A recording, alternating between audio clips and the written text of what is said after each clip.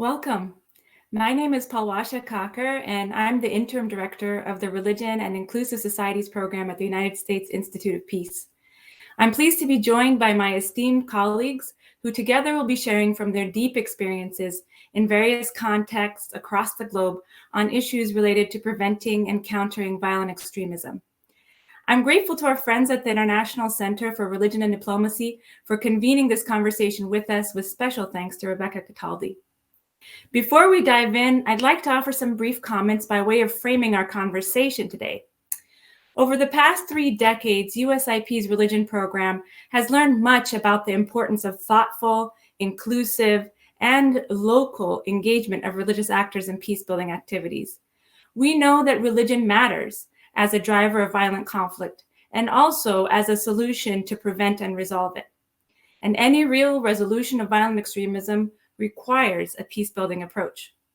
What we also know is that violent extremism is a global, centuries-old problem rooted in desperate political, nationalist, or religious ideas that have driven recent conflict and violence.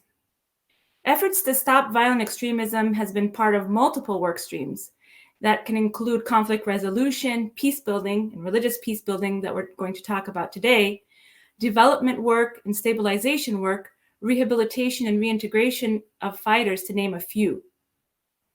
Preventing and countering violent extremism programs reflect multiple approaches, theories of change, and levels of analysis, many of which draw from development and conflict prevention or peacebuilding practice.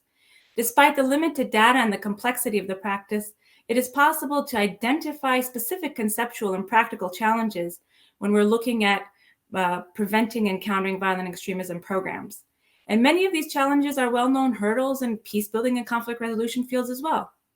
These obstacles can be grouped into 2 categories: analytical challenges, such as establishing causality, addressing contextual variations, and developing valid indicators, and the practical challenges, such as collecting relevant and reliable data.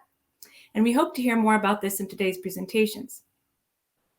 Most of the current thinking about CVE has given up on the idea that it is possible to identify any single root cause of violent extremism. Recognition of widely varying local drivers of violent extremism is now commonplace. At the same time, it is also fair to say that most everyone working in the CVE field operates with the assumption that religion is part of the story, even if its precise role, function, or bearing in each instant of violent extremism is not always fully explained. We know, too, that it's important to consider and engage a plurality of actors, centering peace-building approaches and activities around the perspectives and efforts of many local stakeholders, including women, including youth, including those actors who are informed by their religious beliefs and practices, be they formally trained or not. Many of the principles that we apply to the religion and peace-building field broadly can be applied to efforts to prevent and counter violent extremism. Some of the principles include engage early and often, and not as an afterthought or as a check mark in a list.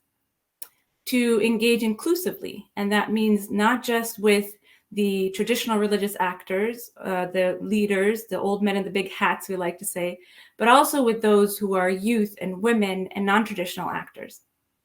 Remember that various actors have roles outside their singular identities. That is, that religious leaders are more than just about religion. They have other identities as women, as youth, as other kinds of leaders in their community. Evolving and nuanced local contexts also matter. Religion is lived. It's important to understand the religious landscape. It's important to understand historical narratives and perspectives in the present day. And it's also important to be mindful of the risks of instrumentalization that often happen in this space. Our Women Preventing Violent Extremism project also adds 3 more to this list. They add the importance of building local capacity, fostering trust, and connecting with policymakers and national people at the national level as well as the local level. One initiative that USIP has been fostering with ICRD and local experts, including Zahra Langhi from Libya, whom you'll hear from in a moment, is on religious women negotiators. Through my early peacebuilding work in Afghanistan, I observed that religious women, were often on the front lines, responding to conflict dynamics, and were uniquely able to resolve escalated situations because they are women and informed by their religion. So in this context, I wanted to share a quick example with you that one of the women that I heard from in Afghanistan early on was herself a Quran teacher. And oftentimes in her community, she was called upon to resolve conflicts, locally, domestic conflicts. And she would bring to the table her knowledge of religion, her talking about religious texts, her role as a pious woman, and also shaming in this context. So when the community asked her to engage with the Taliban, particularly on getting the release of a young girl who had been captured by the Taliban, she used these tactics and was successful in actually gaining the release of this woman. We see lots of examples like this around the world. It's not just in Muslim majority countries, in places like Colombia, Northern Ireland, Myanmar, as well as in places like Libya and Syria and Yemen. And so we're collecting this information and hoping to do peer-to-peer trainings and support the women at the local level in the work that they're doing. Our religious women negotiators' efforts and the lessons we're learning from the women we engage is one example of how solutions preventing and resolving violent conflict can be locally driven and informed. This approach is important as we think about how such principles can be applied to preventing and countering violent extremism. I'd like now to turn to our speakers today, who will share more about their work in this space. So let me introduce the panelists briefly, and then each of them will speak for 10 minutes. And then we will start with some moderated questions that I will start with, and then open it up to the audience for their questions. Let me introduce my colleague and co-conspirator behind this panel, Rebecca Cataldi, who I met many years ago on a trip to work with religious women in Pakistan countering violent extremism. She is a specialist and a trainer in conflict resolution and preventing and countering violent extremism, and is currently based in Washington, D.C., where she serves as a senior program director at the International Center for Religion and Diplomacy. She's also an advisor on the Bipartisan Leadership Project and is a member and interim vice chair of the advisory board for the Jimmy and Rosalind Carter School for Peace and Conflict Resolution at George Mason University. She has experience leading numerous PVE, CVE, and peacebuilding programs in the Middle East and South Asia, with a particular focus on Yemen and Pakistan, and has worked in nearly 60 countries. I was recently introduced to our next panelist, Jean-Baptiste Talla, through Rebecca. Talla is the technical advisor for peacebuilding and justice in Africa and has served with CRS for more than 20 years. Prior to joining CRS, he was the regional advisor for education in his home country of Cameroon, and has served as the coordinator for the Justice and Peace Commission of the Association of Episcopal Conferences in the Central African region. Over his career, Jean-Baptiste has facilitated hundreds of peacebuilding trainings, workshops, from the grassroots to the highest level of government and civil society. He's particularly instrumental in supporting the efforts of the Catholic Church, Caritas, and CRS's country programs to advance social cohesion and reconciliation. Another colleague of mine from ICRD is Humcol Fernandez Zabal, the program manager for International Center for Religion and Diplomacy, ICRD, and she has spent the last years researching the parallels between recruitment for human trafficking networks and those deployed by jihadist groups.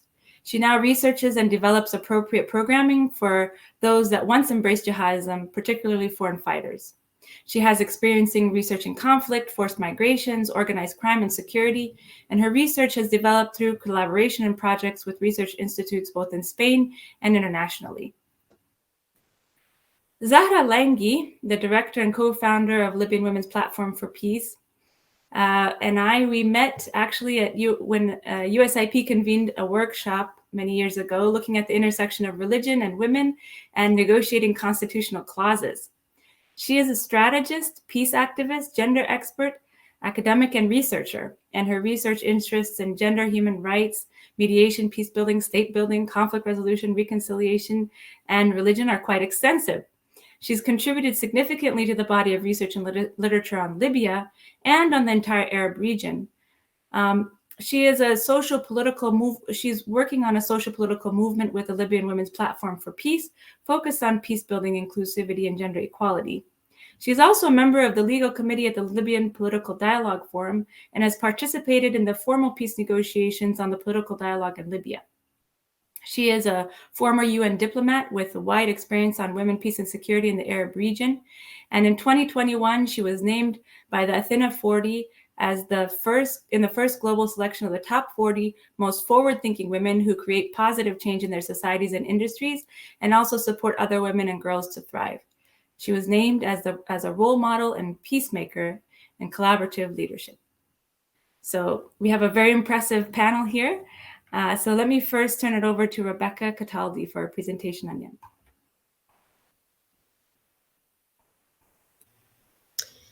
Thank you so much, Palwasha, and thank you all to my fellow panelists. I'm really grateful to be here. I'll start just a quick introduction to the International Center for Religion and Diplomacy, ICRD. We're an NGO based in DC that works to bridge religious considerations with international peacemaking practices around the world. We're not ourselves affiliated with any particular religion as an organization, but we work with religious actors in a variety of contexts where they can play a role in peace building. And in Yemen, we've been working for almost 10 years in a collaboration with a variety of local partners, most particularly Partners Global and their local affiliate Partners Yemen, who have done just some really incredible work and collaborated with us on the PCVE programming that I'm going to focus on today. In Yemen, based on our analysis, we found that most Yemenis who join or support violent extremist groups tend to do so not for ideological reasons, but because they have the need to fulfill other needs, such as economic, psychological, or justice needs that they see these groups as the best hope for fulfilling given their current situation. And so our strategy has been to work to provide positive alternatives to address these needs, while doing so in a way that strategically builds sustainable PCVE capacity and resilience at multiple levels. And this usually involves collaboration among multiple sectors of society, such as local CSOs, government actors, religious leaders, educational leaders, in a combination of capacity building and working with them to design and implement locally led community initiatives. And to start with one example from one of our earlier pilot phases, this was in an area of Abyan in South Yemen that Al-Qaeda had previously taken over shortly after the Yemeni Revolution. The people in this area were dealing with a conflict over water. And they were also dealing with a number of young people that had gone off and joined Al-Qaeda to fight with them and then decided to leave and wanted to come back to the village. And the elders were concerned about having them back and potential radicalization of other vulnerable youth. And so we worked with a local leader that we had trained who negotiated with the elders and the local water authority to get permission to rebuild the water pipeline. And we provided some support for that. But they involved the former fighters, these youth and other youth who were deemed vulnerable to extremist recruitment in the village, in installing the pipes for the water. And so this gave them not only a tangible job skill that they could use in the future, but it also gave them a sense of civic responsibility and, realizing that they could play an important role in their community in actually solving this problem. And after the installation, they also trained these youth on principles of social cohesion, peace building, mediation, leadership. And afterwards, when we talked with people in the community and did focus groups, they told us that not only did this initiative resolve the conflict over water, but they said things like, when Al-Qaeda was here, we used to think that they were better than our government because they were actually giving us services like electricity or water that the government wasn't providing.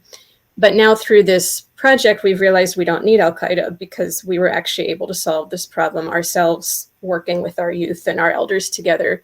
And so we're never going to let these militants back in our community. And a lot of the youth subsequently on their own started going out and mediating conflicts in the community. They started their own youth association to promote continued involvement of youth in community development. And one youth put it very poignantly. He said, after this program, now I'm thinking more about how I can be an important person in my community, such as how I can be a mediator. And so building on this approach, in our latest PCV programming with Partners Yemen and Partners Global, we also partnered with Integral Mind, which is an artificial analysis or artificial intelligence AI company, which is particularly focused on peace building and conflict resolution. And through this collaboration, utilize special AI systems which were designed to remove human biases and assumptions in assessing drivers and issues impacting violent extremism in Yemen, and elements that could be incorporated into PCVE programming for maximally useful impact. And IntMind's findings through the AI particularly emphasize the importance of identity in PCVE, which is something I'd like to particularly focus on today. Identity meaning in this case, not necessarily the group that one belongs to, but their role or their purpose in society. And we found that violent extremist groups tend to offer an attractive identity or role to the people they recruit. And so to be really impactful, our PCV programs should cultivate peaceful and positive identities or community roles that are more attractive to vulnerable populations than those offered by violent extremist groups. So instead of being the hero who protects the community through fighting, to be the hero that protects the community by providing water or by preventing violence. And this helps to fulfill the natural critical human need that we all have for meaning in a positive way, particularly in vulnerable populations. And if a project successfully helps participants create this identity, they're much more likely to try to keep that identity by continuing the peaceful, positive work after the project finishes. Which is different than, if they're only participating in building a water pipe, for example, because they're earning money. And so when the project and the funding finishes, they don't have any incentive to continue it. Positive identity building also involves more than simply involving someone as a participant in a project. It involves helping them see how their personal role is making a difference specifically and giving them something to be part of for years to come. And so ideally, this helps participants to feel a sense of ownership and responsibility for some specific outcome in the program, something that they made happen that helped people that they can take pride in. And in order to do this, we also found that the project needs to work intentionally to make this happen at all stages of the design and implementation. It doesn't usually just happen automatically because someone participates in a project or because of awareness raising. But rather it should be built into the design deliberately. And so some of the ways that this can be done is, for one, discussing with participants before the program even starts the problems faced with the community, letting them see firsthand how the problem, such as lack of water, is creating suffering in the community. So maybe they go and interview community members about their needs and how they're being affected by this. And also discussing with each participant how their own individual role in the project is so important and valuable and so critical to making this happen that they can take pride in that. Sometimes it can help to give a name to the participants' positive role or identity that they can keep after the project over. So for example, you're a community developer, you're a community protector, you're a youth peace leader. And it gives them something to be responsible for, that they have this important role in their community in the long term, not just for a one-off project. And what can be especially important is after the program, letting people see how their work in the project has benefited their community. It can be really impactful to help beneficiaries, to come together, community beneficiaries, and talk with people who participated in the program to share with them how their work changed their lives for the better. And so in this way, the impact of the project grows beyond specific activities to really changing the way participants see themselves and what they think is possible. And it's transforming their role in the community going forward. And so based on this, a lot of our community projects engaged vulnerable youth and former fighters in community development type of projects to help them develop a positive identity while providing services that violent extremist groups might otherwise provide. And so in this way, we worked at the nexus of development and PCVE, not by assuming that development projects will automatically address violent extremism, but by conducting them in a strategic way that intentionally addressed violent extremism while simultaneously addressing human needs of critical importance to the community. And in many cases, we really did witness the ownership and identity formation that we were aiming for. For example, some of the youth that we trained to assess community needs and lead community projects, they took the initiative to design and lead additional new projects even after the program ended, which they fundraised on their own and implemented on their own. And I think I'm just about out of time, but one more point I just quickly wanted to make was, in this work, religious actors really played a key role. And I think sometimes people can see religious leaders' role in PCVE as sort of limited to religious preaching or to countering narratives that have manipulated religion, which is very important, but the role of religious actors can be so much more than that as well.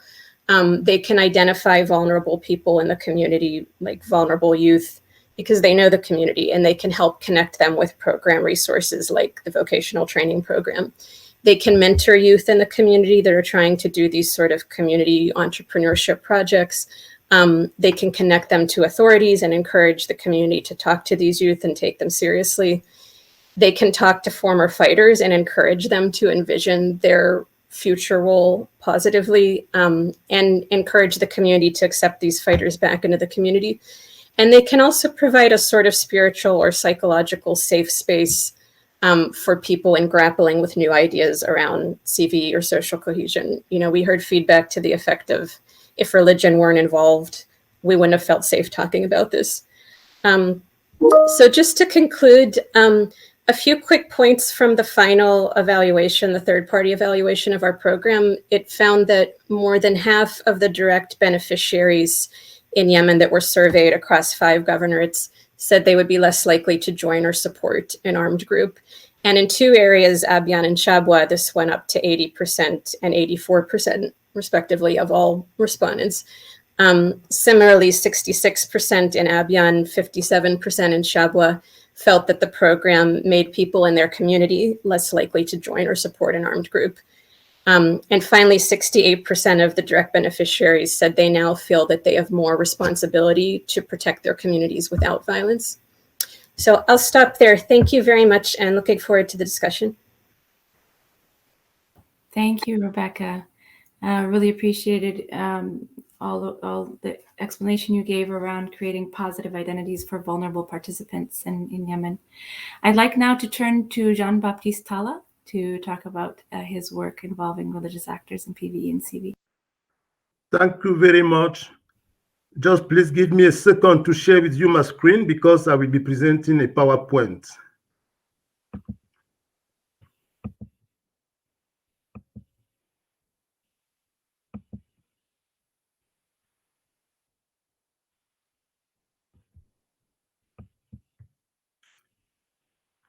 Can you see my screen, please?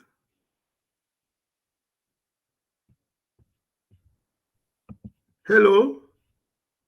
We can't see your screen yet.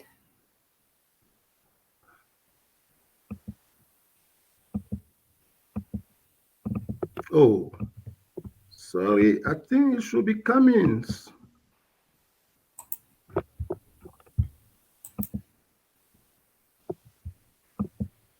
If you click the Start Screen Share button, that should show. I click it. Oh, I hope it will come. Again, there's a Start Screen Share. If you look on your screen now, it should show. Yes. We're seeing it. There. There we go. Can you see my screen now? We can see your screen, but not your presentation. Can you see it now? We can see your screen, but not your presentation. There now, yes.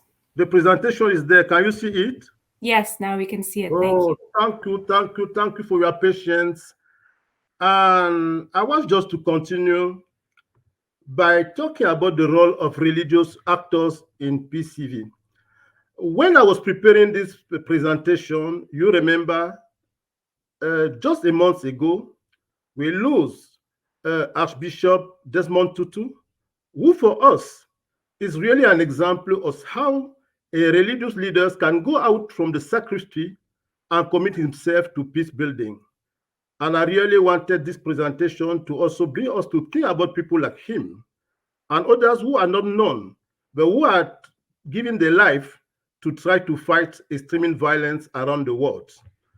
And just to stand, I used to share stories. And if you allow me, I'm going to share a very short story with you to start. And this story is about religious leaders, about a priest, a pastor, and an imam who really know everything about peace building, everything about fighting violence, all the principles that could help us to build the world. And those three people went to God to ask for peace. The first one was a priest. And God asked him, what do you want for peace? He said, my Lord, you know, in the world, our problem are the Protestants. If you can remove all the Protestants from the world, you are going to have peace in your world. God said yes. And then he called the Protestant pastor to come. And he said, you know, in the world, our problem are the Catholics. If you say go left, Catholics say go right. So if you can remove all the Catholics from the world, you are going to have peace. And the final one was the imam, who hesitated to come. And God asked him, why don't you come? He said, please, just do what the others said, and we are going to have peace in the world. That means just the trust Catholics and Protestants. And these are people who know everything, who preach peace every time. And this brings us to understand what the cardinal teach us, that the longer journey you have in your life is the journey from your head to your heart. Your hand is very short, but how do you bring things that you know, the principle of peace building you have in your heart, the principle of peace building you read to preach, how do you bring that in life and live it with people? That is the longer journey. And we found that religious leaders are able to be really cornerstone to fight peace, but they need also to do their own personal journey. And at CRS, we were very lucky to come out with an approach that we call the 3B4Ds that really help religious leaders. And that could also help us to do our journey from the head to the heart, to go beyond preaching good and doing good. And I want to introduce you to this methodology that we at CRS are using to increase religious leaders' engagement. As I told you, this methodology is called the 3B4Ds. And it's a layering of the 3Bs and the 4Ds. The 4Ds are the pillar of the appreciative inquiry. I really love how the first presenter was talking about building positive identity. Yes, we discovered that human relationships prosper where there is a positive view. And most of the time, people who are involved in violence, who are involved in armed groups, are people who feel that they are excluded from the society, are people who have some negative perception of themselves or negative perception of people around them, or are people who have a sentiment that they are living in just structures and they want to change those unjust structures. And we discovered that if you bring people to discover that they still have something to offer to humanity, to have a positive perception on themselves, they can then dream. Dream is to project themselves in something that is better for their own life, something that is better for the community. And when they dream, they can design. And the design process is to reflect how the dream is going to go through. What are the factors that can help us to improve our situation? And finally, when they dream, they should deliver. That means take action to ensure that the dream becomes true. And we combine this approach with the 3Bs, recognizing that you should be the change you are dreaming of. So we have the first B is binding. Binding is the level where we really focus on individual self-reflection and healing, try to bring people to change, to transform themselves and become positive actors. And the bonding is about strengthening relationship within respective identity group. And finally, breeding, as you can see, is to bring different identity group together and see how together they can discover what is good for them, dream, design, and deliver. And we combine this approach to have what we call the 3B4 integral frame. I'm not going to go through it, but as you can see, this integral frame really brings us to combine the appreciative inquiry and the 3Bs, and to lead workshop, and to also bring religious leaders to do some transformation. What I really want to share with you is some key examples of how this really works. This is the first example we want to focus on. And this first example was in Central African Republic, where we really work with religious leaders, Catholic, Protestant, and Muslims to fight against the violence that was going on in the country. And you can see here, those are the 3 leaders who went through the 3B4 this training and would become the voice really of peace in the country, facilitating us access to people at all levels, even armed groups. We were able to reach armed groups due to the entry point that these religious leaders who have done their own journey from the head to the heart were able to do. And I was also very pleased to hear, as we were talking about religious leaders, we talk about it's not just people who had heart, but it's also the other people at the community.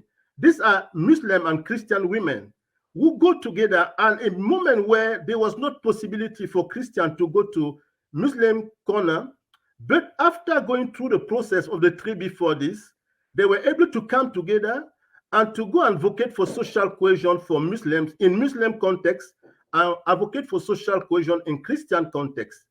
And we found this very keen. And because from Central African Republic, I may also share with you, if I had a lot of time, the sample in Cameroon, where through the 3B4 this approach, we were able to bring together key religious leaders from the country. There were more than 40 who attended a workshop that came out with a plan of action that could help them to fight against extreme violence that is seen going on in Northeast and in some provinces in Cameroon. I also wanted to share with you something about something that is going on in the Great Lake region. You know about the violence that has gone through the Great Lake region. We experiment a genocide in Rwanda.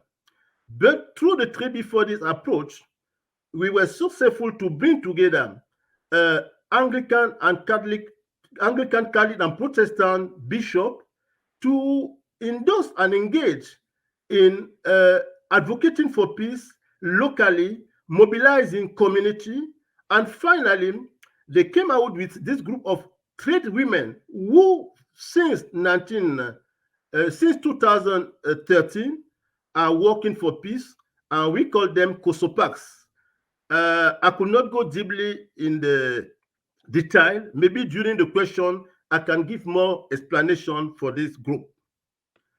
The other initiative I would like to cite to quote where we are working with this approach is the Sahel Peace Initiative. And here, I'm not the one involved in this process, but our colleagues are involved in the Sahel Peace Initiative that is active in Burkina Faso, Ghana, Mali, and Niger. As you know, this region is jeopardized by a crisis, a very high crisis, and through this project, we are working with religious leaders to see how they can decrease the violence in the Sahel. And all these initiatives really bring us to understand that there is a possibility for religious leaders to go from preaching good and doing good. And from our experience working with religious leaders, we came out with some key lessons we would like to share with you before closing.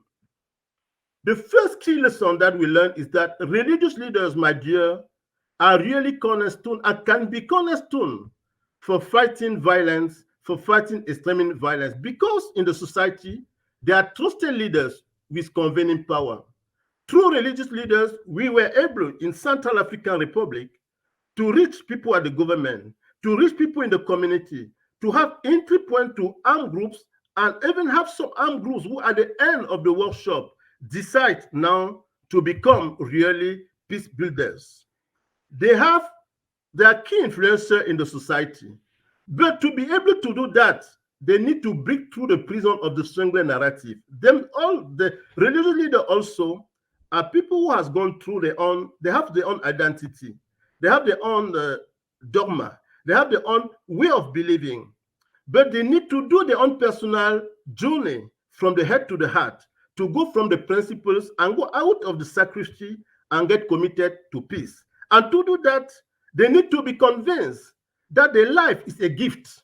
Our life is a gift to put at the service of justice and peace for a better world for all. And finally, being a religious leader is not enough.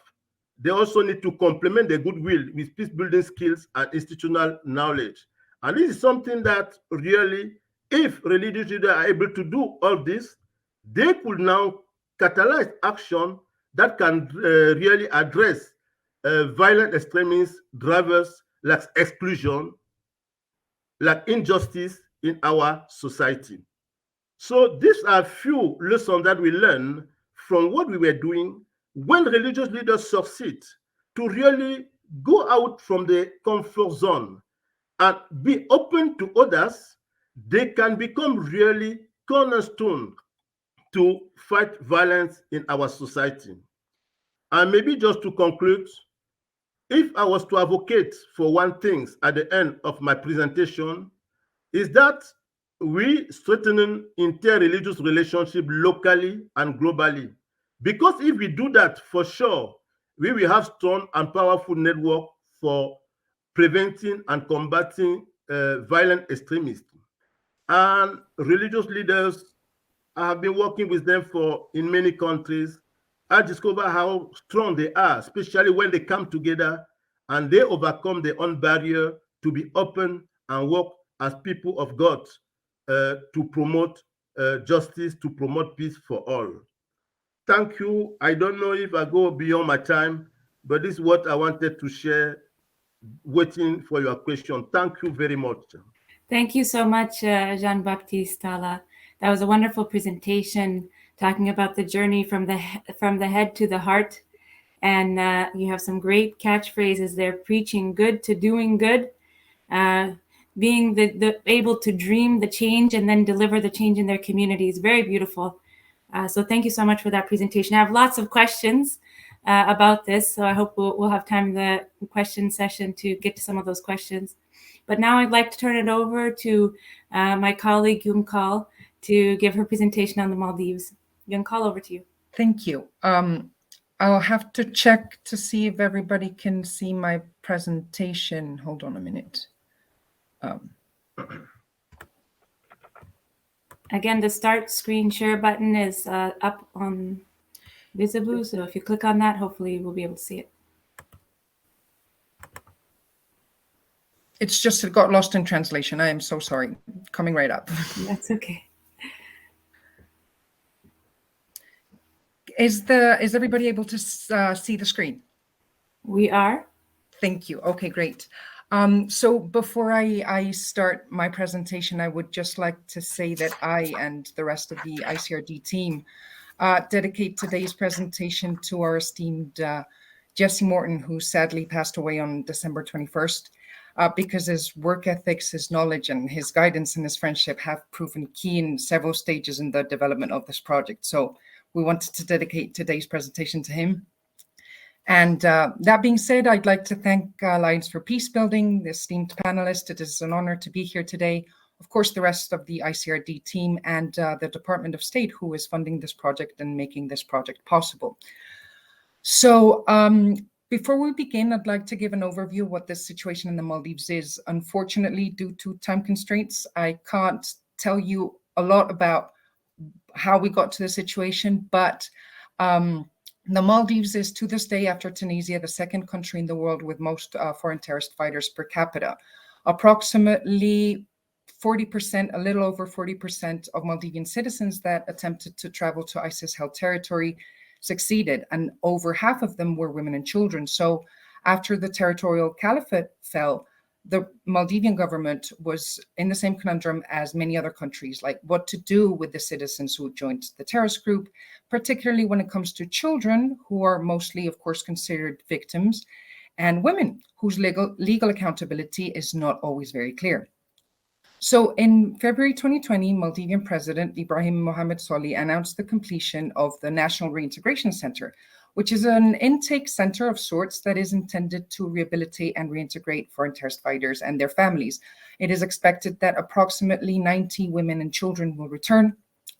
And since we're talking about innovation in PCV practices, I would like to highlight that the NRC is the only project in the world to this day that is aiming to take this to a twofold approach, meaning it is a government-led return, but the idea is to work towards a long-term in-community reintegration and rehabilitation. And at ICRD, we've been working in conjunction with Maldivian government authorities, as well as members of civil society, to ensure effective and safe reintegration and rehabilitation by developing context-appropriate support services. And I'll get into this a bit further on in the presentation. How are we doing this? Well, we're taking a whole of society approach to rehabilitation and reintegration. And there's several reasons why we're taking this approach. First of all, we understand radicalization to be both an individual and collective phenomenon. What we mean by this is that the process of radicalization, ultimately engaging with extremist groups, is the result of an individual and how he or she relates to their environment. And so we also considered that, or we understood that extremist movements provide alternatives that fulfill needs at a cognitive, personal, and social level. Therefore, if we want rehabilitation and reintegration efforts to be effective, we should be able to provide positive alternatives to the ones provided by extremist groups, but in a way that also is able to replicate the same approach that extremist groups take to creating an actual movement. That is, everybody plays a role. And in the work that we've been doing with the NRC and Maldivian authorities and civil society, we seek that returnees are also included in this process, because if we're saying that that radicalization is an individual and collective phenomenon, we cannot expect reintegration and rehabilitation to be otherwise. But of course, we are the International Center for Religion and Diplomacy. And although Jean-Baptiste has spoken wonderfully about the role of religious leaders, we are also very keen to briefly explain the role of religious leaders when it comes to delivering culturally sensitive services. Why are culturally sensitive services so important? Well, because of the word trauma. Trauma has come up through our work since the beginning, and for many reasons, right? When we're talking about radicalization and engagement in extremist movements, there's evidence to suggest, for example, that adverse childhood experiences translate into maladaptive behaviors in adulthood, including radicalization and engagement in violence. And trauma has also been associated to belonging to extremist groups. And of course, if we take into consideration this very specific population of foreign terrorist fighters, they have been living in a war zone. So that's an additional layer of trauma that has to be taken into consideration. And trauma impacts trust, it impacts cooperation, planning, and follow through, which of course can impact recidivism, especially if we understand recidivism not only as going on to commit a terrorist attack, but also, as I was saying, developing maladaptive behaviors, for example, in the case of children, and very particular to the Maldivian context, if they grow up, they could go on, for example, to join a gang or develop some substance abuse issues. Young-Paul, I wanted to just interject because I'm not seeing your presentation moving forward. So I'm wondering, okay. Yes, I am. Now I see it. Now I see it. Thank you. Okay. I'm still in the same slide. Pawasha, what do you see? Now I see providing trauma-informed services. Wonderful. Before I just saw the first slide, so it wasn't updating. So that's good. Oh, thank you. Thank you for letting me know. Great, because that's where I intended to be. Okay. So as I was saying, well, the approach that we're taking with ICRD is change the conversation and move away from the question of what's wrong with you, and rather talk about what happened to you. And this is where religious leaders come into play.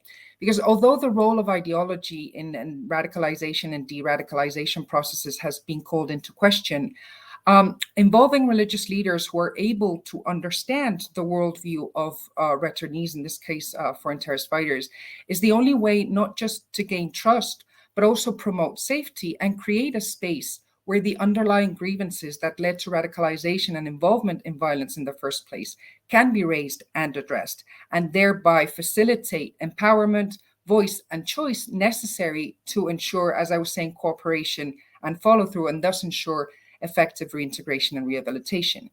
And again, this project, again, we're talking about innovation in PCV. The whole of society approach that we're taking for this project is twofold. Again, we are dealing with trauma-specific services, that is mental health directly, because of all the issues that can derive from trauma, for example, depression, anxiety. And it is worth noting here that it's not just mental health professionals that we're working with, but we're also bridging it, excuse me, with religious practices, and sort of a way to bridge the gap between Western approach to mental health and the more religious or spiritual understanding of it. And we're also taking, excuse me, there we go. When it comes to psychosocial support, we talk about trauma-informed services, that is, services that take into consideration how trauma may manifest throughout the whole process of reintegration and rehabilitation. I'm going to give a very quick example. For example, we're talking about, again, children in schools, although we might consider, and there's evidence, of course, to suggest that school is a very rehabilitative environment. We also should take into consideration that a child, depending on their circumstances and their background, might react negatively to being in a social setting. Or, for example, the experience itself might be re-traumatizing if we fail to consider the attitude that the community might have towards returnees and how that stigmatization might re-traumatize the child. So again, as you see, I'm speaking a lot about post-release services because indeed, as I mentioned earlier, the goal is to eventually translate the services provided at the NRC to in-community reintegration. And the overall goal for this Building the Center project was to create a community of practice, that is to coordinate and to promote knowledge sharing between government and civil society. Why is that? Because although there's a lot of knowledge to be gathered from other areas of expertise, for example, the first thing that comes into mind right now is DDR. When it comes specifically to rehabilitating and reintegrating foreign terrorist fighters, there's not a lot of evidence on what works for whom, what circumstances, how, and for how long. This is what Tinka Feldhaus in 2015 called a realist evaluation. And of course, in the same way that radicalization is not an event, but rather a process, we should understand, of course, that rehabilitation and reintegration will work more or less in the same way, and we can expect results in the short term, medium term, and long term. And of course, the individuals that interact with returnees, whether it be religious leaders, social workers, mental health practitioners, or even government who are developing policies that may affect the reintegration and rehabilitation of returnees, they all can provide input into what works at different stages of the project. And so the implications for this are, of course, that although we understand that the rehabilitation and reintegration process is context specific, and that there is no one single way for rehabilitation and reintegration to work. This is not a one size fits all thing. But if we're able to weed out overall categories, we might be able to promote healthy and safe reintegration and rehabilitation plans for foreign terrorist fighters in other countries. We might also be able, if we indeed provide that space to understand what led to radicalization and engagement in the first place, we could, for example, deal with extremism-related offenders who, because of their sentencing or because of the legislation in their countries, will not serve a life sentence and will eventually be rehabilitated and reintegrated into their community. And again, ultimately encourage prevention work at a community level rather than at a law enforcement level.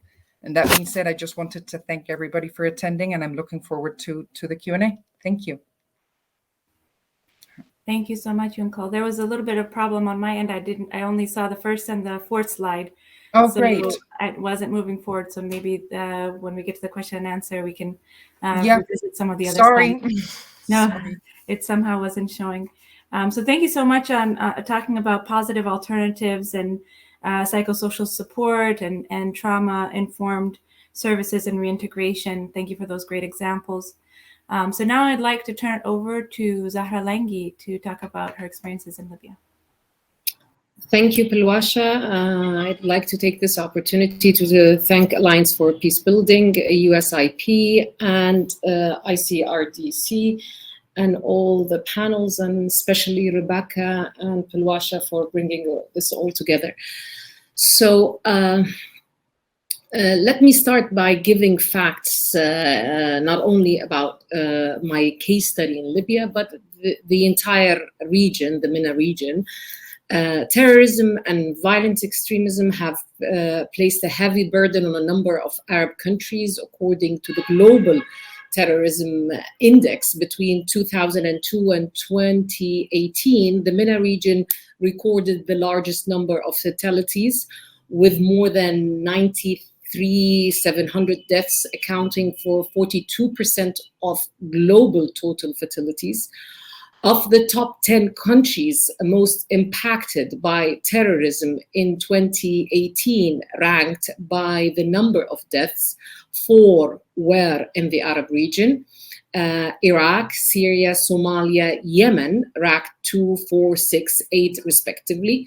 Violent extremists have increasingly targeted women and women's rights, utilizing rape as a weapon of terror.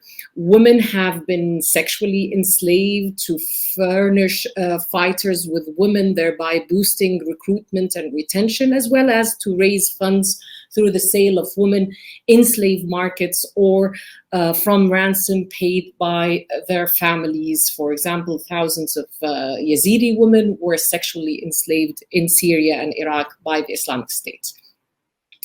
The 2019 Women, Peace and Security Index ranked 176 countries on 3 basic dimensions of women's well-being, inclusion, and justice and security, found that the MENA region performs relatively poorly overall, which can be traced largely to high levels of organized violence and discriminatory laws, disempower women.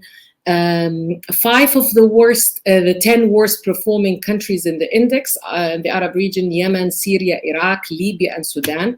3 of these countries, Yemen, Syria, and Iraq, were amongst those impacted by terrorism in the Global Terrorism Index, demonstrating a notable correlation between oppression of women and terrorism. Attacks on women, women's rights, the relationship between gender equality indicators and violent extremism, the manipulation of gender dynamics by extremists speaks to the importance of mainstreaming gender in PVE initiatives. In addition to the increasing roles played by women in the Arab region, either as perpetrators or preventers of violent extremism, must also be acknowledged and addressed in PVE. Nevertheless, terrorism, as we see terrorism and violent extremism, efforts to counter their threat have long been considered as male domains, while there has been a clear paradigm shift in international frameworks to address violent extremism, with women's empowerment identified as critical for sustainable peace. The gender dimensions of violent extremism are often overlooked in both research practices. Within the Arab region, if we talk about the efforts to address them by the state, the top-down approaches, they have, generally speaking, lacked a gender-sensitive perspective. Currently in the Arab region, there are no comprehensive gender-sensitive policies for tackling the return of the individuals who have been involved in violent extremism or terrorist groups such as the ISIS. Many women in the Arab region are not involved in formal efforts to prevent violent extremism, while male religious and community leaders tend to monopolize key roles in PVE programs. This is a whole, I could speak about it, but I don't want to take much of the time. But there are examples of like Al-Maghrib, Morocco, in their efforts and their PVE NAP, National Action Plan, for example, they have been, they developed this program or strategy of religious guides, murshidat, that was established back in 2005, before even people started talking about PVE and CVE, by the Ministry of Islamic Affairs. They played the female murshidat, religious guides, increased from 50 to 500 over from 2005 to 2014. They played an important role. They were hailed as a success, not only in the fight against terrorism, but also as a way to transform the status of women by giving them non-traditional roles. However, there were limitations in the role they play. They don't get the same religious training as religious leaders. This is the example of Lebanon. In Jordan, they have also tried in their National Action Plan for CVE to integrate a role for women as partners in preventing and combating violent extremism. We see the same thing in Tunisia and Lebanon in their National Action Plan for PVE, and in the National Action Plan for Women, Peace and Security in Tunisia. But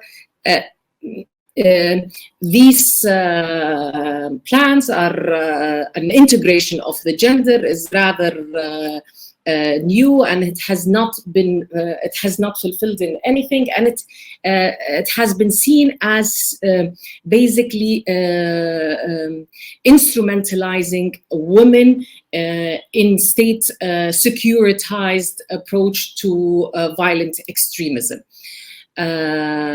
So this is the a narrative of a version of a top-down approach in the region to tackle violent extremism, and the way of integrating gender-sensitive approach. Now, the case study, which is the case of Libya, which, as we know, has a failed state, which the UN always backed centralized government, has no legitimacy, no authority in the rest of the region. Nevertheless, Libyan women have found ways to build a peace through mediating and negotiating in their villages, towns, while the conflict continues at the national level. Since the revolution, Libyan women from various backgrounds have launched numerous initiatives to end the conflict that have played the country to restore peace. Their initiatives have faced myriad challenges, including the absence of security, political marginalization by national and international players, patriarchal customs, glass ceiling. Nevertheless, they had a positive impact. And the study that we've done in partnership with as Palwasha was mentioning, with the USIP and ICRD, was basically profiling case studies from the field of these women who have a strong traditional religious identity that motivate their peace building work, but they do not tend to stress their religious identity, even though it's reflected in the charity work, for example, that they do. Their peace building efforts are grounded in the rich historical and traditional religious methods of communal mediation traditions in the country. They tend to avoid partisan politics and focus on an embodied practice of personal piety, rather than focusing on a dogmatic religious identity that is basically linked to charity work. These local women mediators may seem to be bowing to the patriarchal logic of traditional tribal leaders, but in fact they covertly challenge it by challenging patriarchal social norms. Their piety is neither exteriorized nor politicized, and this is need to be underlined. It's neither exteriorized nor politicized, and therein lies their legitimacy. I have the cases of, for example, Su'ad Ghazal, a woman from Benghazi who had a salon, Marbu'a, where she held negotiations between members of Ansar al-Sharia and tribal leaders. She helped to participate in local reconciliation. She was accepted as a mediator in part because of her record of supporting IDPs. So it shows when we try to understand what gives them the legitimacy, it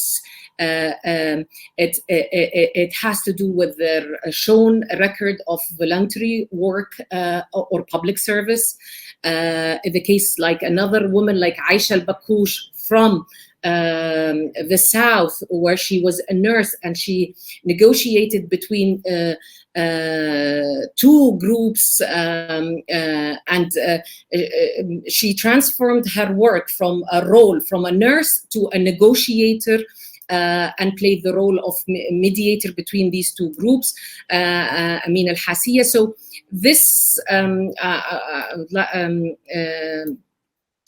also a lot has to do with their emotional intelligence, their compassion. They show their background. So let me, in a minute or two, try to, maybe later on I will go through details of these cases, but finalize with recommendations. First, it's the importance of understanding national ownership matters when addressing women's mediation. The tradition in the region is filled with stories of women mediators that needs to be claimed, described, unearthed. Recognize that women's mediation in the region can be grounded in local traditional structures. Women contributions to local mediation efforts should thus be seen as part of the history of traditional customary reconciliation structures, not the product of Western international policy intervention. Balancing top-down and bottom-up approaches when it comes to women's initiatives in local mediation is important, understanding historically their role. Fostering a gender-responsive decentralization and public service delivery that prioritizes restoring social infrastructure and establishing basic social services, when linking to women's efforts in local mediation. That we see cases like releasing prisoners of war and helping in providing local services like electricity, water. Then creating a national, international, a regional or international network of local women mediators to check, to share resources, also strengthening the synergies between women, peace and security agenda and PVE agenda at the national level is important. And finally, engaging women across the spectrum of society, including community leaders and members of women's sector in designing, promoting and evaluating PVE policy and programmatic interventions. Thank you very much. Thank you, Zahadir. That was a wonderful summary, both with the recommendations and telling some stories there, and we look forward to hearing more stories from you. in the question and answer session.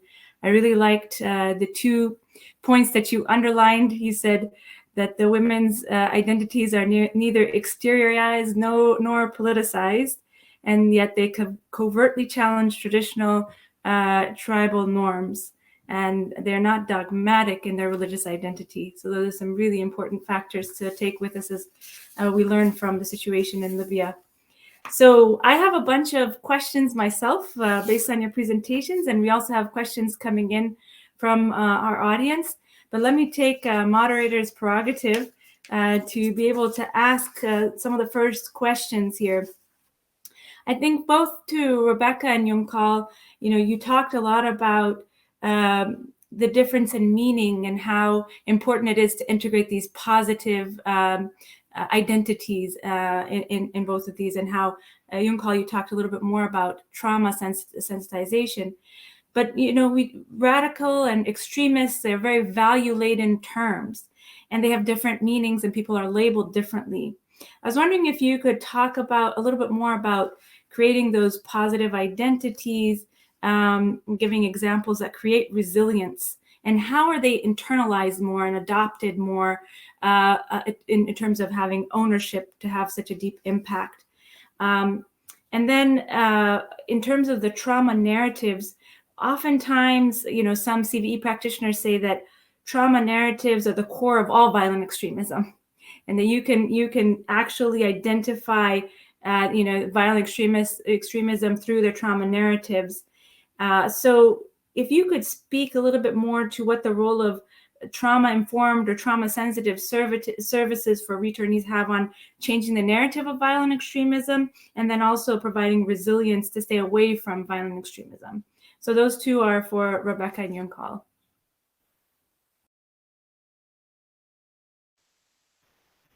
Would you like me to start with the first one and then Yunkal add anything and go into the trauma question? Yeah, great question, Palasha. I think it's important to keep in mind that all human beings, whether they have a experience as being a former fighter or considering joining an extremist group, we all have a search for meaning. We want to have purpose. We want to feel like we're doing something important in life. And especially in places like Yemen, where people are living in the middle of the civil war, and, a lot of decisions and control, people can feel like have been taken away from them because so much seems out of their control.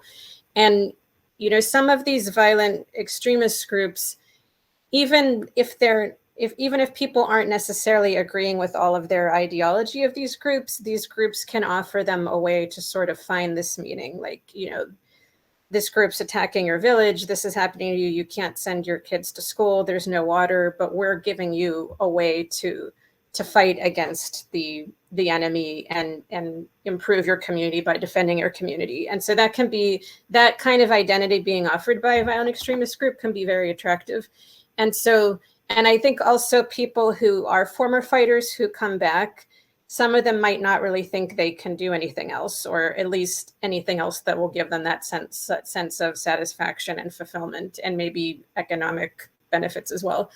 And so what we've tried to do when we talk about forming positive identity is help people to find and embrace other roles in their community, that they can find this fulfillment, that they can realize, like the young man that was trained said, now I feel like I'm an important person because I'm a mediator, not because I'm a fighter.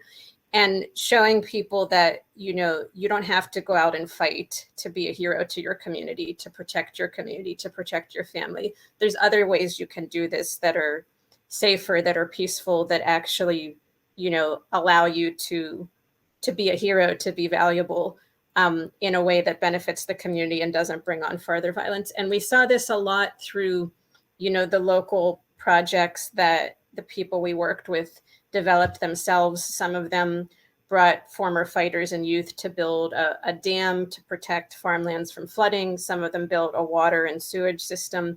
Some of them worked in schools. And, they were addressing critical community needs, but they were doing it themselves. And they were taking ownership and really realizing the important role they could have in this.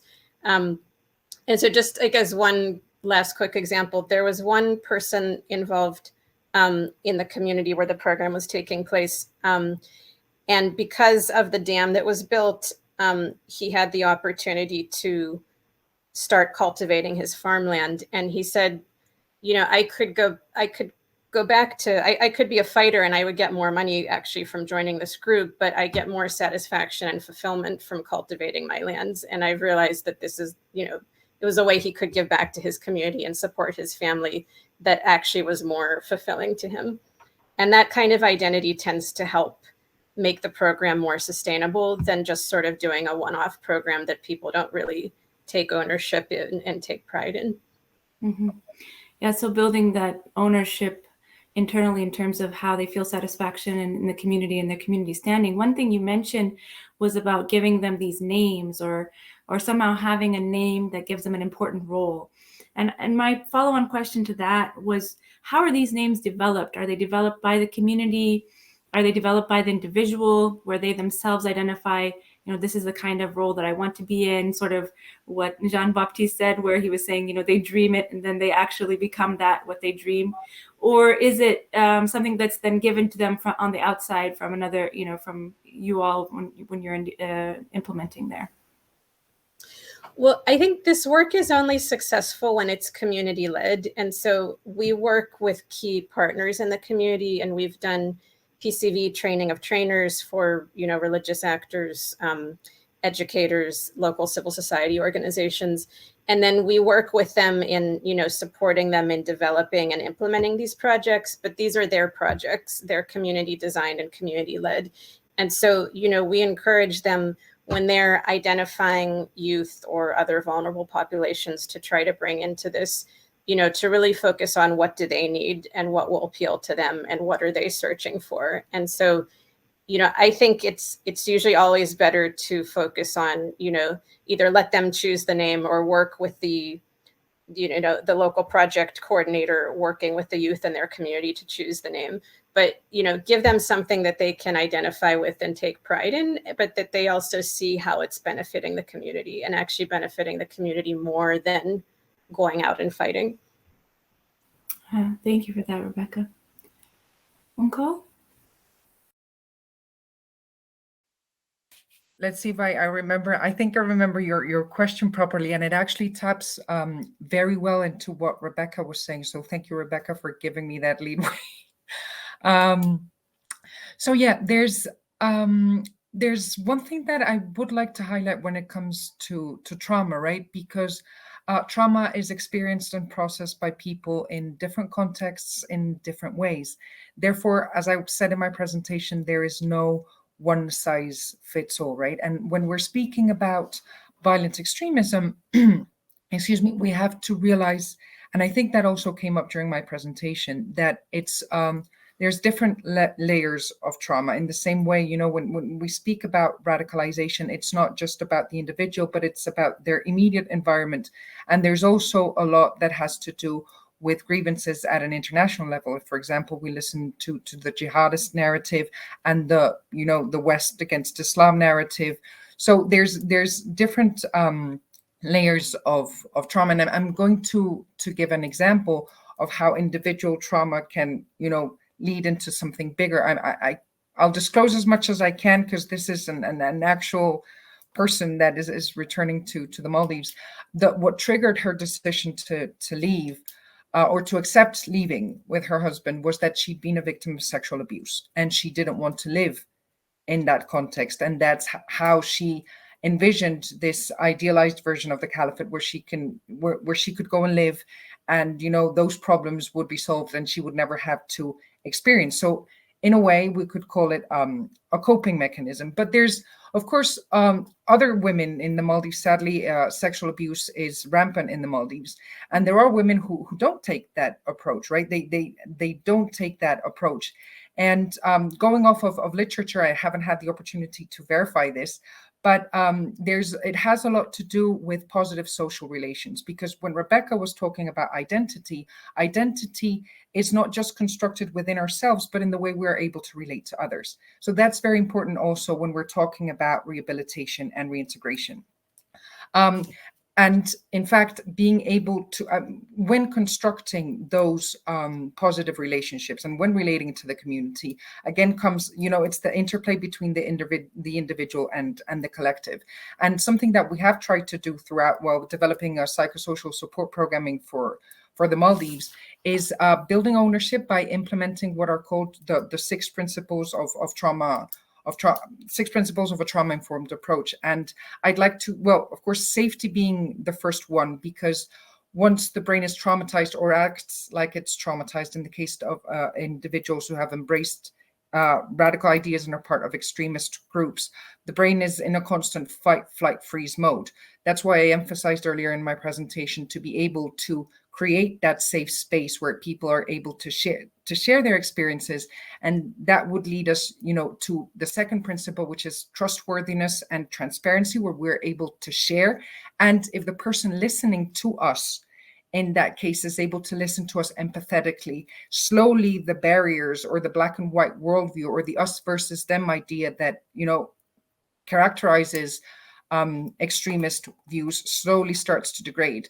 And it goes on to degrade even further when we talk about peer support, about other people that may not necessarily have experienced the same thing as we do, but they are able to understand you. And if you are working towards, and as you gain trust and you gain that peer support and you see that you are not alone, and this is very important when what I'm going to say, the principle of collaboration and mutuality, that is not taking the other person, in this case, the returnee, into consideration all throughout the process.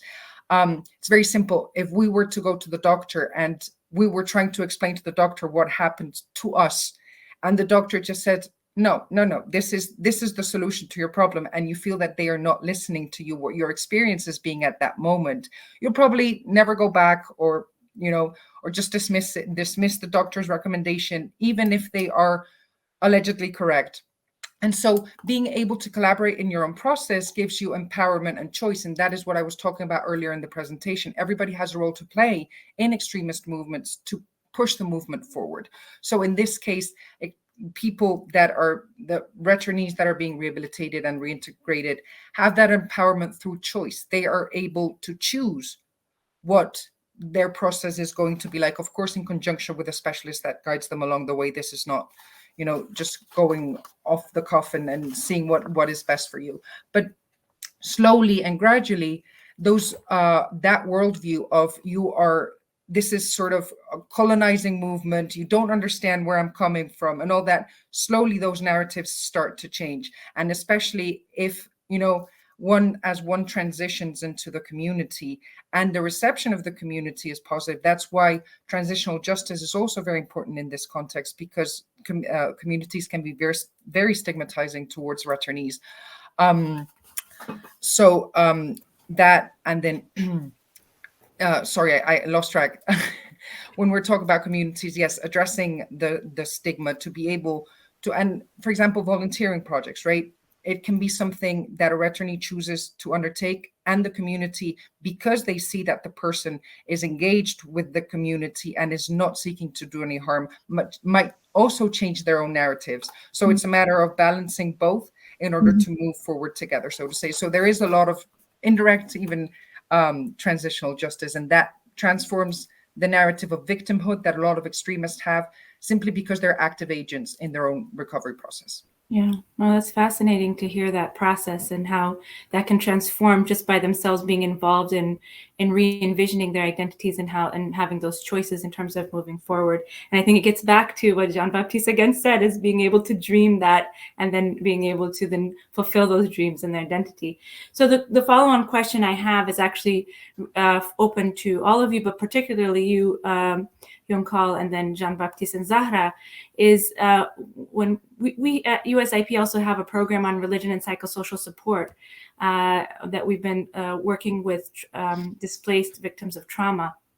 And one of the things that has come up, particularly looking in Colombia and Venezuela and the impact there, but then looking at how it might apply in other contexts and looking at the Afghanistan situation with the evacuation, was how people become traumatized by religion themselves through the violence the extremist violence that they've experienced, and then whether religion can then play a role in how they then reintegrate into society, or in how they deal with their trauma. So that's a big question for me, and I'd love to hear from all of you in terms of your learning on this, because it's a fine line between becoming re-traumatized by religion. And I think it gets back, Zahra, to your point about not being dogmatic, but I would really love to hear from your experiences. And if we could keep our comments to 2 to 3 minutes, because there's actually 3 more questions from the audience that I'd like to get to. Thank you. Should I start? I'll keep it short. So the way I see it, at least, it goes back to the social relations and how others see us when we create our identity, right? I don't think people are traumatized so much by the religion, but the way religion is portrayed. So, for example, in the case of ISIS or Al-Qaeda commit an attack, people tend to stigmatize all Muslims. And we saw that very clearly, for example, after 9/11. So it's not the religion itself, but the use or the instrumentalization that you were speaking about earlier, Pawasha, that people make of religion, that it actually causes the trauma, because religion in and of itself is not traumatic. In fact, for example, there's plenty of studies that show the positive correlation between trauma treatment and religious practices. For example, religion can definitely be a means of not just healing individually, but also, for example, if we when preaching, religious leaders have a very important role to play when preaching about forgiveness, or when, even as it pertains to the Maldives, when we're speaking about mental health. In a lot of contexts, mental health is not understood in the same Western way as we do. It's more a condition that has to do with spirituality. So there, for example, religious leaders also play a very important role, and religion also in and of itself plays a very important role. So I think it's a bit more complex than just, saying whether it works, whether it doesn't. It's a combination of multiple factors. If you allow me, maybe, as I used to share stories, I want to share stories to respond to your question. And this story, it came also in Central African Republic. I was having a workshop with all the bishops in Central Africa Republic, focused on openness and forgiveness. But during the workshop, we were talking about being open to Muslims and others. But during the workshop, I think it was the second day of the workshop, there was an attack on a church, and a priest and some Christians were killed. And this really changed the dynamic of the meeting, because the next day it was, should we continue loving people who are continue killing us? How can we, Christians, continue to love Muslims while Muslims are killing us? But fortunately, the same day, the reading that was going on was a reading from the Bible that said, if you love just those who love you, what do you do differently? You need to go beyond and love even your enemies. And when they read that reading, it changed the dynamic. And they came out with another letter saying, okay, even though the church was attacked, we need to continue loving our brothers Muslims. We need to continue doing things. So what I want to say is, yes, because of your religion, because the way your religion is straight, you can be traumatized. But if you go deeply in the scripture, in your religion, you could find where to be healed by the words by the word that came from your holy readings. This is what I can share with you from these stories. Back to you. Thank you so much, Jean-Baptiste. Zahra?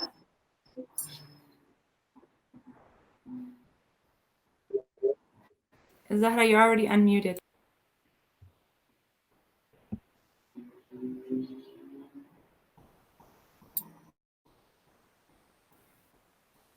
Zahra, would you like to answer this? It seems like you're unmuted, but maybe there's some problem with internet. Oh, we lost her. She said that there was going to be some problems because they have a storm there. So let me actually open it up to some of the questions that we're having from the audience. Raju Butt says, how can AI and VR help by keeping the peacekeepers, women, and the vulnerable safe? I believe this is to you, Rebecca. You're talking about some of the AI work. I'll give 3 questions and then open it up since we have a short amount of time.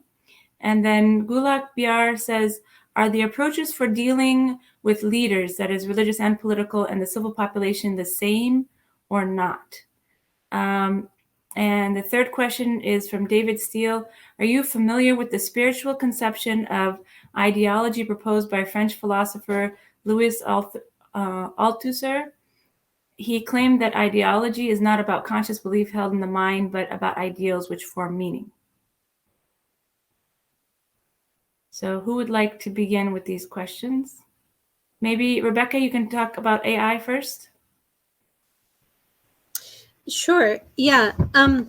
So I think, and I'm not a technological expert myself, so it's a bit beyond my capacity to go into the nitty-gritty of how the AI technology works. But at its core, what we found really helpful in using the AI and developing the PCVE work with our Yemeni partners was that the AI uses these sort of special AI systems to simulate conditions on the ground and to try to analyze those conditions and assess, things that are causing violent extremism and things that could be done to address violent extremism in the most maximally useful way, with removing as much as possible the sort of human biases and preconceptions and assumptions that we all, based on our life experience, we all bring to whatever you're doing.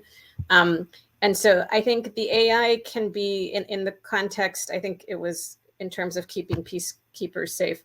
I can see a lot of areas in which the AI could be useful with that. I think one could be, simulating conditions on the ground in which peacekeepers would be operating to assess from the AI analysis what are likely to be the greatest threats that these peacekeepers will face, what are the causes and drivers of these threats, and then secondly, what would be the most maximally useful steps that could be taken to mitigate these threats.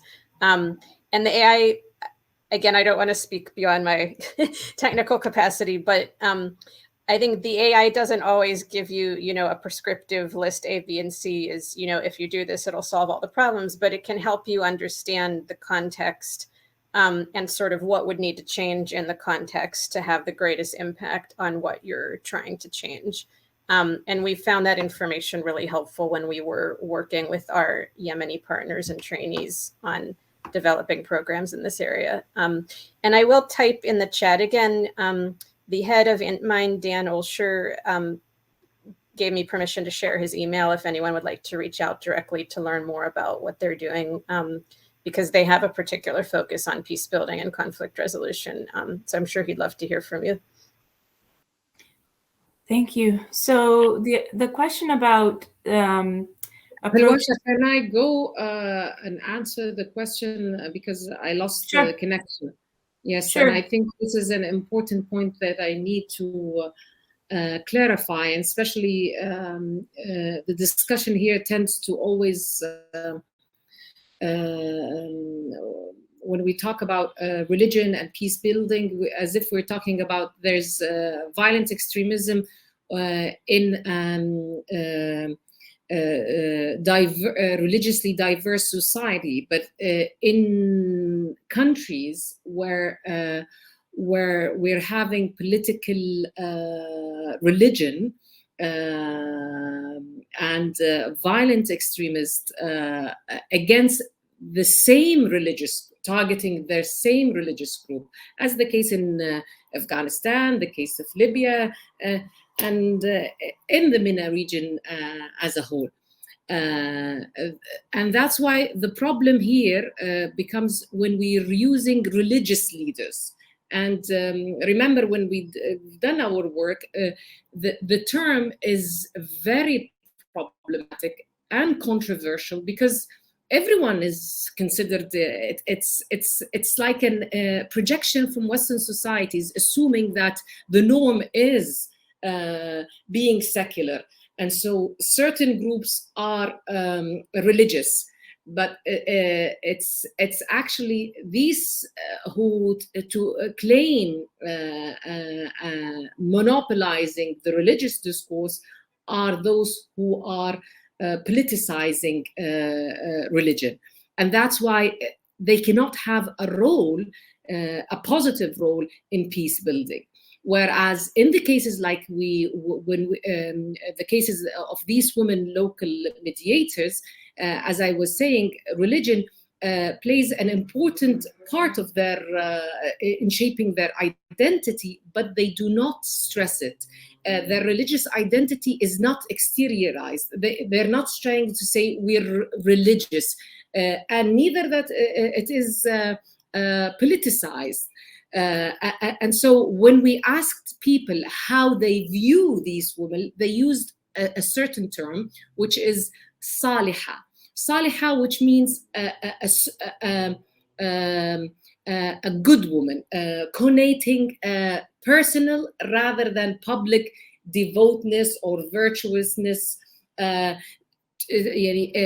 you say saliha, rather than saying female religious leader and emphasizing religion as a dogma, saliha does not need to know or to have extensive religious knowledge or educational qualifications, or she's affiliated with a certain movement or a party. It's less. It's not politicized religiosity. It's not ideological religiosity. It's basically simple, traditional way of living the faith. And so that's why when we're using religion here and seeing whether it has a role to play in healing the trauma, when political religion, and so we have to differentiate between what do we mean by religiosity. That's why it's important. And in our society, which it's still complex, it's not fully secularized, you don't tend to stress it because it's there, it's natural, it's subtle. When you're stressing it, you're stressing, accentuating an externalized piety or religious dogma. Religious dogma cannot play a role in healing. That's why we have to be very clear in designing our programs of PVE and who to play a role in healing these societies who are basically traumatized by political, religious, fanatic groups. Thank you, Zahra, for helping clarify that perspective. So one of the questions that was posed while you were unfortunately not on with us was about the approaches for dealing with leaders related to countering violent extremism or preventing violent extremism. As both religious and political and the civil population. Do you do that at the same time or not? I was wondering if you or Jean-Baptiste had wanted to answer that question.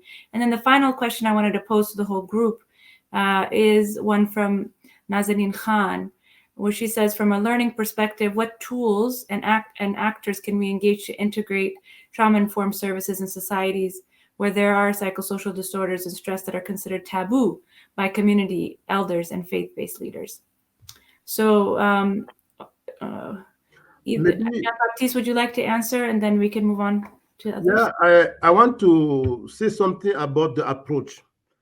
Based from my own experience, the 3B4D approach we are using, we use it with people at all levels, but we adapt it according to the level because the perspective of people are not the same. The place they do stand from the community, people from the government, they have their own perspective. So the 3Bs for the approach that I described is a process. As you know, a tools has to be adapted in the context.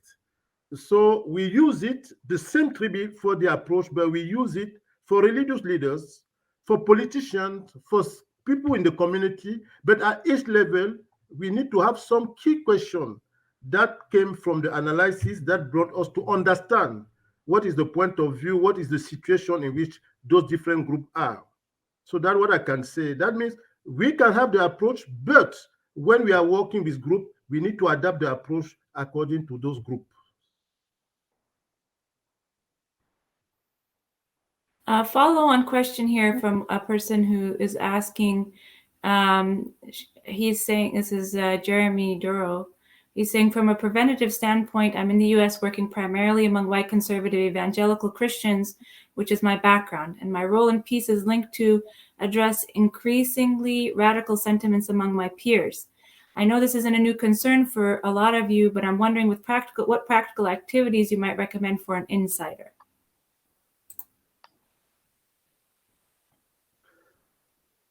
Maybe very quick.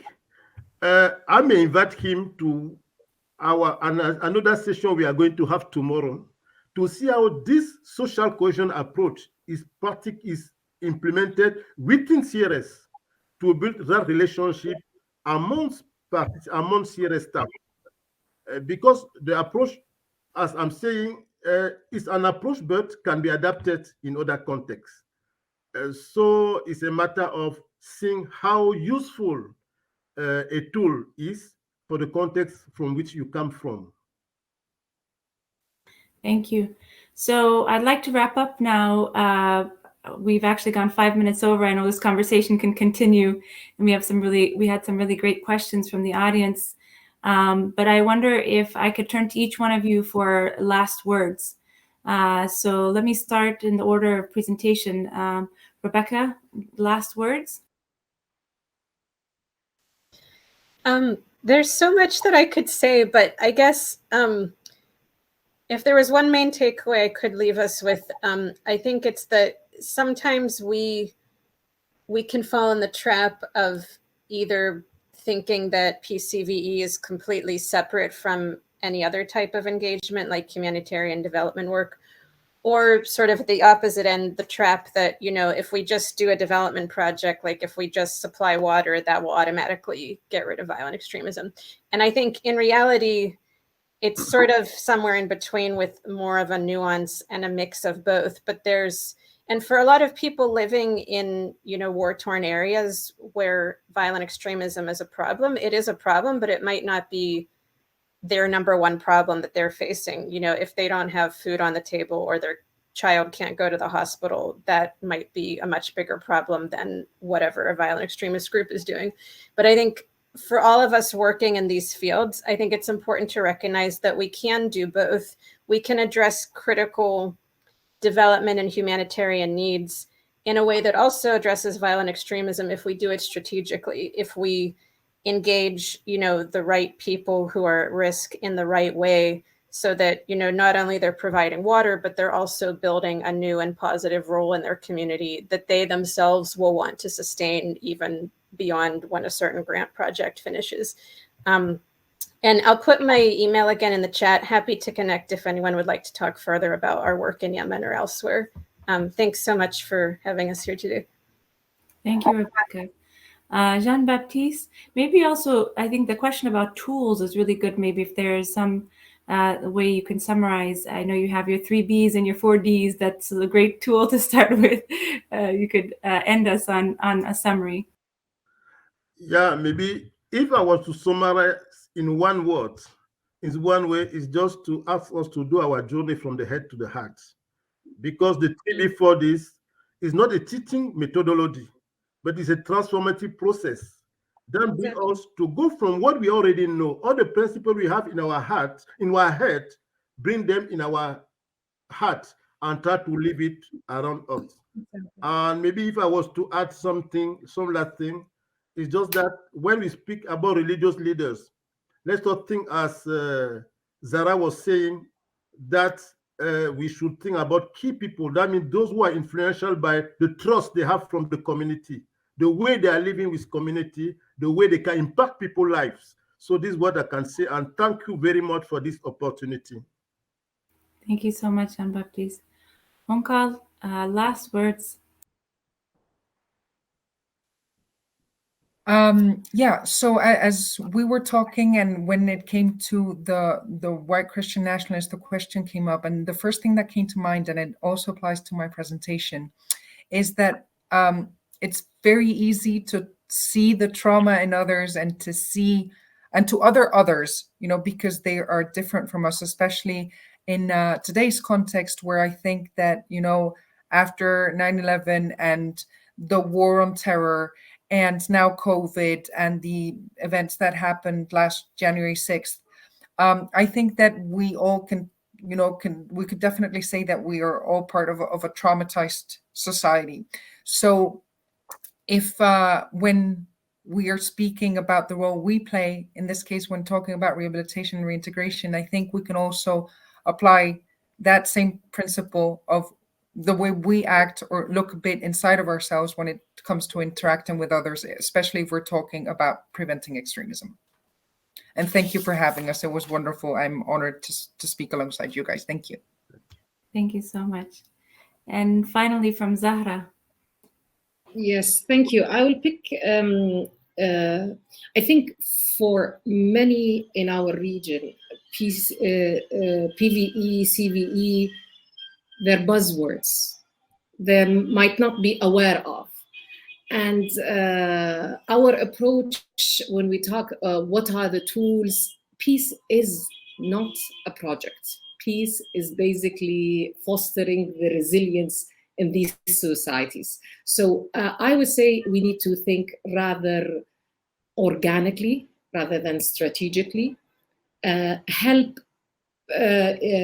indirectly support those who are credible in their societies, who have the real faculties of emotional intelligence, integrity, empathy, mercy, compassion. They're the ones who are rooted in their societies, have inherited the ways to deal with the problems in their societies. It's basically trusting them, trying to understand how they have been doing it, because they have been really doing it. It's not us creating tools and projecting it on them under buzzwords, CVE, PVE. Just trust those on the front lines and support them indirectly, because sometimes Western support discredit the work of those people on the front lines dealing with violent extremism. Thank you so much for those last thoughts there, and making sure that we're grounded locally in the people who know the best about the context, instead of instrumentalizing, have the local actors be the ones to decide how they want to move forward. So with that, we will end this panel. We really appreciate all your participation. It's wonderful to see the chat and all of your comments and sharing there, as well as your questions. And thank you to all the panelists. This was a wonderful conversation. I know we could go on for a few more hours, but we have to end here. So thank you very much.